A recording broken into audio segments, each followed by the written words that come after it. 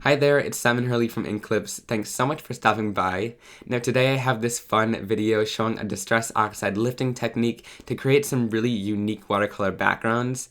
This takes advantage of that dye pigment fusion that these inks have that's super unique to them, and you get really awesome effects with that oxidized color. Now you do have to be willing to do lots of layers, and I'll show you how to do all that in today's video to create some really awesome and colorful cards in the end. So for this first card here, I'm using the Hibiscus Bouquet stamp set from Holtz. Now I find that lined images work best for today's technique since it gives you something nice to color in. So I'm lining some of the images I wanted to use up in my mini Misty on my watercolor cardstock here.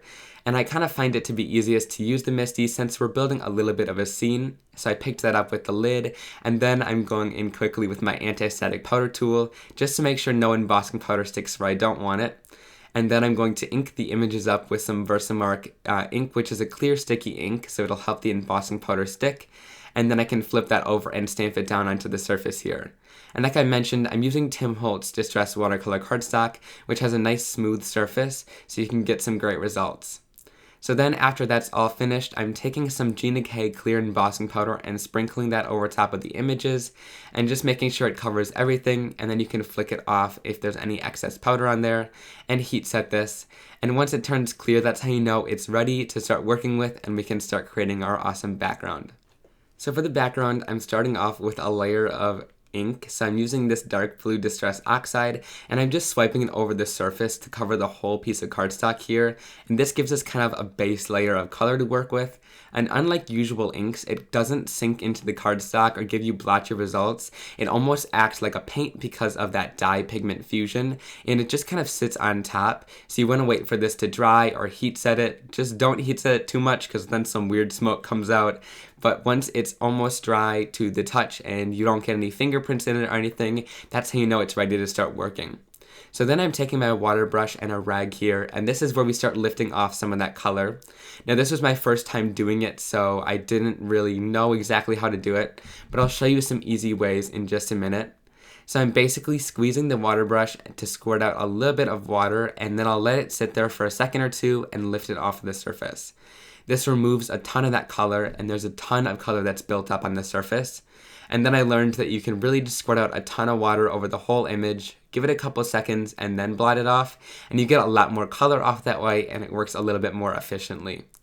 So then after that, I'm just kind of doing that all over the background too by squeezing my brush over top, because I want some of that color to be removed in some blotchy areas to make it look nice in watercolor. So after I've done that and blotted up all the colors there, I'm going to then move on to adding some color here. So I have a little piece of a craft sheet that I cut up, and I'm going to spray on some of that color of the Distress Oxides, and this is just one easy way to add the color, kind of uncontrollably, and so you can kind of just move this around and add some color on, and it goes on the background and also the flower together. So this might be the way you want to add color the whole time, but since I'm a little bit of a control freak, this didn't work out the whole time, and I definitely wanted some more controlled ways to add the color. So I added some more onto a craft sheet, and then I can just pick it up with my water brush, and this gives you some color in more controlled areas, so I can add it to areas like the inside of the flower. And you can also focus your color around the flowers and kind of outside of the lines as well, and it makes it look less like you were trying to really control the layers, and it gives it more of a free kind of watercolor look. So unlike the Distress inks, when you add water to these inks, they don't kind of just turn into a watercolor that's a little bit lighter. They actually oxidize and kind of have that dye and pigment reaction to give that fun oxidized color. So when these are drying, they won't look as bright as when you added them onto the cardstock. So you'll see as it moves in between clips here, you'll get some darker colors kind of forming. And if you don't love that, you can always continue to go over top and keep adding more layers of colors, which I find gets it a little bit brighter as you can kind of remove and add colors to the surface. But you kind of have to live with that with the oxidized color, and I really love how it looks, more of like kind of a grungy feel rather than a super bright feel that you can get with the Distress Oxides. So then I can continue adding color and smooshing it down, and I added some little droplets to the background as well to add some color and more interest in the background. And I keep adding it onto my surface here and kind of blotching it into the background, and you can keep adding more and more layers until you're really satisfied with the results, and you can heat in between layers and dry it as well. So moving on to the next card, this one is a little bit different, more cartoony and less color, but I still think it gives some awesome results and it's kind of a different style of a card. So I'm using this Concord and Ninth Bear Hug stamp set and we're going to use that adorable little bear. So then I'm inking it up with that Versamark ink pad and I'm going to stamp that down onto my watercolor cardstock here. And I'm not using more than one image, so it's a little bit simpler than that flower background we just created. So I'll sprinkle the clear embossing powder right over top of here, flick it off, and then heat it up until it's nice and clear, and then we can start working on our background again. So to create this background, I'm just swiping this yellow Distress Oxide in the background, and I promise this isn't using too much of your ink, and you can also buy re-inkers, which make the life of your ink pad last super long. And then I'm going to heat set that until it's nice and dry to the touch so we can start working and creating our background.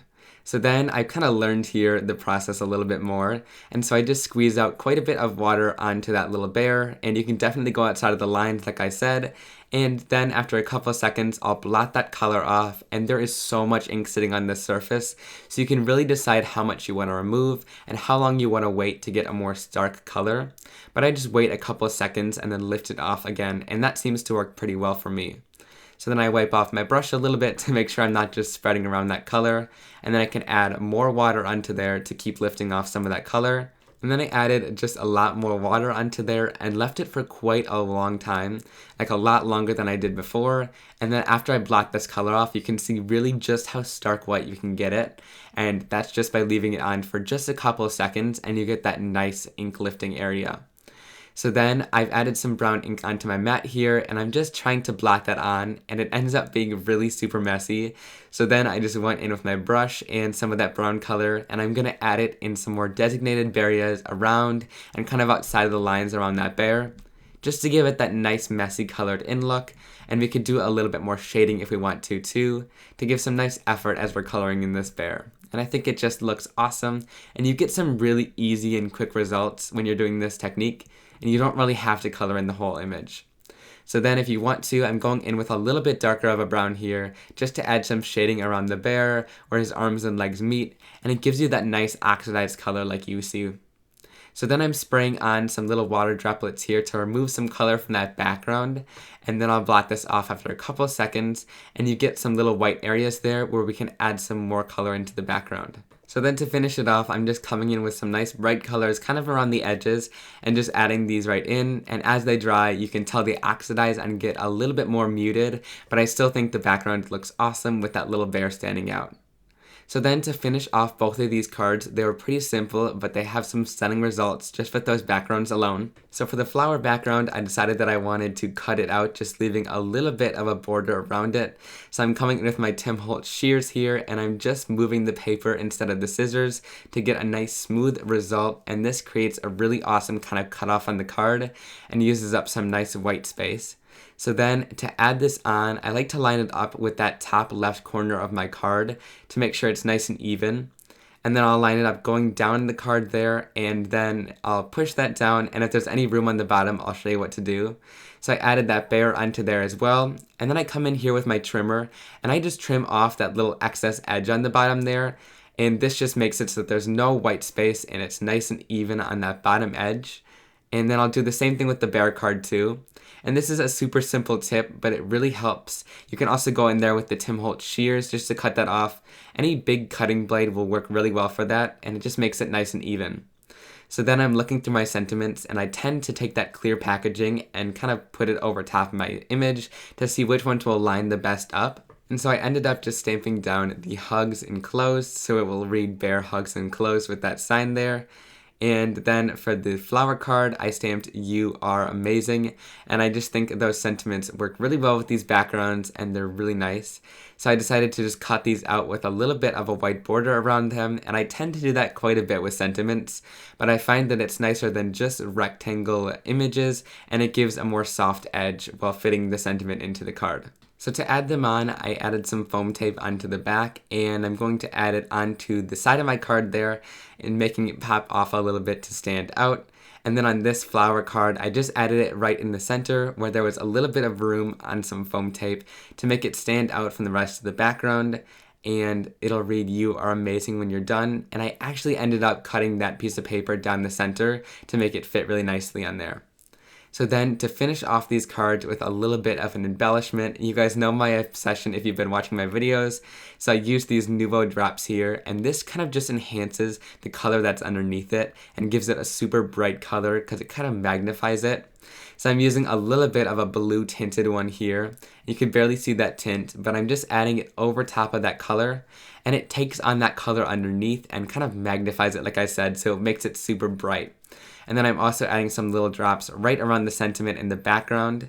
And then for that bear, I'm going to add it over top of that little bear's snout and over top of his little sign. And then that finishes off the cards for today. So I hope you guys really enjoyed this video and learning a little bit more about this Distress Oxide technique, and I hope you'll give it a try. So thanks so much for watching. I hope you enjoyed it. If you did, please leave it a big thumbs up. If you want to see more of my videos, you can click on screen. There's a blog post, so click there if you want to see a full supplies list, many pictures, and much more info. And if you click that subscribe button, you'll never miss another video like this one. Have a great day, guys, and I'll see you very soon. Bye!